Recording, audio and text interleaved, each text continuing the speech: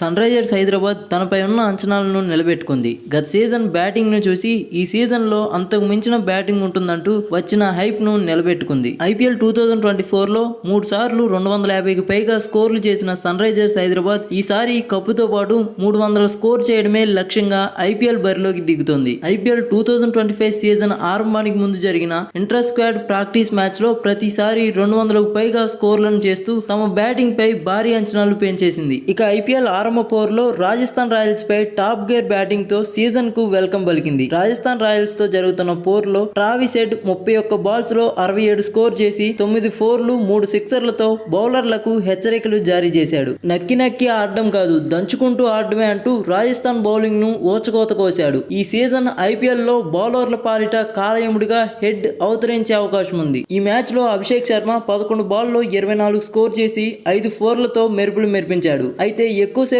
Grease లో ఉండలేకపోయాడు. అనంతరం వచ్చిన ఇషాన్ కిషాన్ కూడా రెచ్చిపోయాడు. దీంతో Sunrisers Hyderabad power play లో ఏకంగా 94 పరుగులు చేసింది. ఎస్ఆర్హెచ్ ఫస్ట్ మ్యాచ్ ఎలా ఆడిందంటే ఇంకా మిగిలిన మ్యాచ్ల పరిస్థితి ఏంటో